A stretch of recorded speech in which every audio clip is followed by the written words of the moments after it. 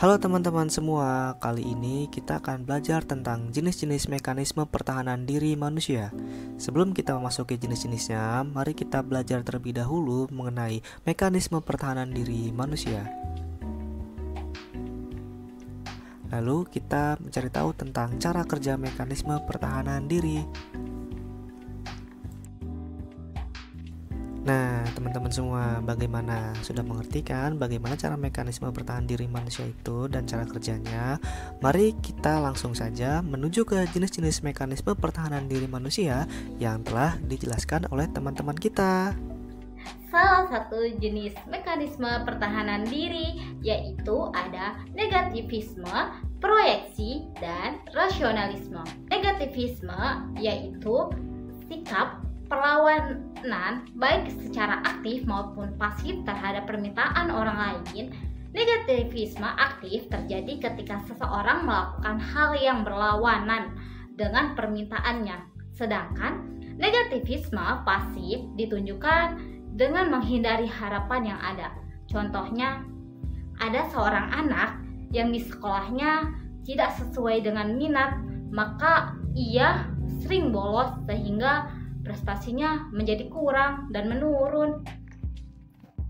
Yang selanjutnya ada proyeksi. Apa sih proyeksi itu?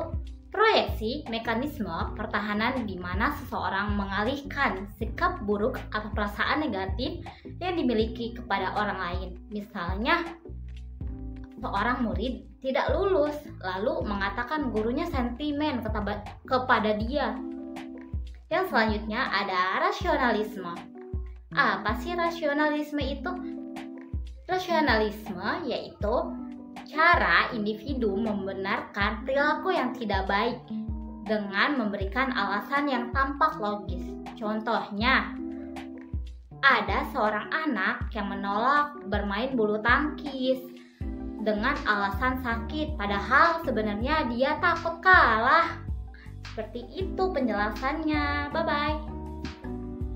Pembentukan reaksi atau reaction formation, proses di mana seorang mengambil ke dalam struktur egonya sendiri semua atau sebagian dari suatu objek yang kemudian dianggap sebagai suatu unsur dari kepribadiannya sendiri supaya tidak menuruti keinginannya yang jelek.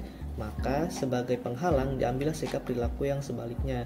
Contohnya, mahasiswa yang bersikap hormat secara berlebihan terhadap suatu dosen, tapi sebenarnya dia tidak suka. Nah, selanjutnya ada regresi.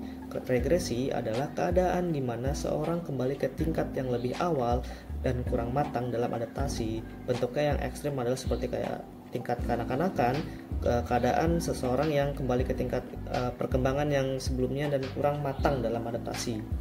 Contohnya, seorang anak yang sudah tidak ngompol mendadak ngompol lagi karena cemas mau masuk sekolah atau mulai menghisap jempol lagi karena dia memiliki adik baru. Ya, karena dia merasa ibunya itu kurang memberikan perhatian kepada dirinya.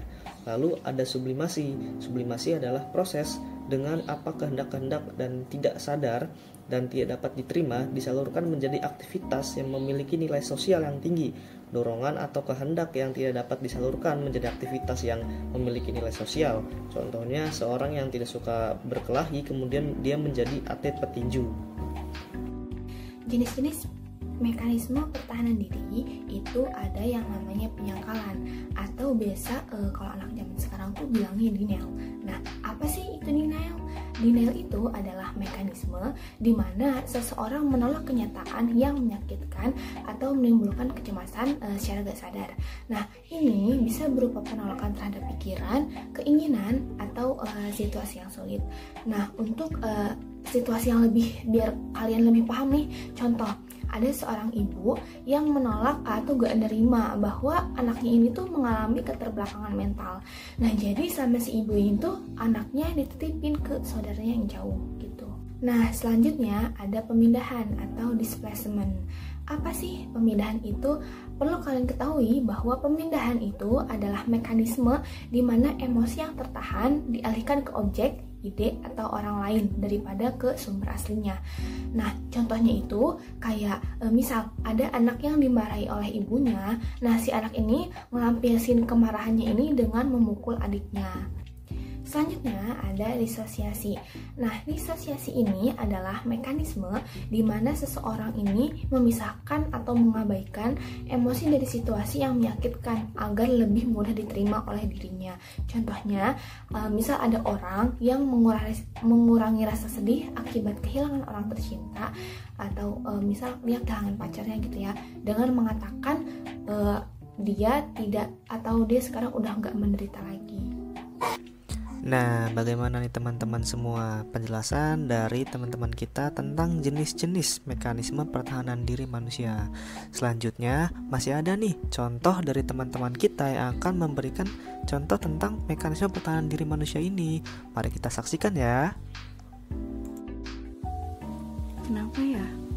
Aku nggak pernah dapat nilai bagus di dalam kelas. Bahkan dapat peringkat pun gak pernah. Nilai-nilai aku pun selalu jelek. Gak ada yang bisa aku harapin. Andai aku jadi pintar di kelas, punya banyak teman, nilai aku selalu bagus, aku dapat peringkat 1, pasti orang tua aku senang. Kenapa ya? Mamaku kalau misalnya pakai makeup selalu cantik.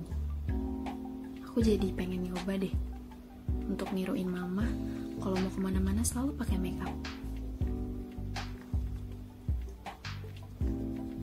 Aku juga pengen cantik kayak mama.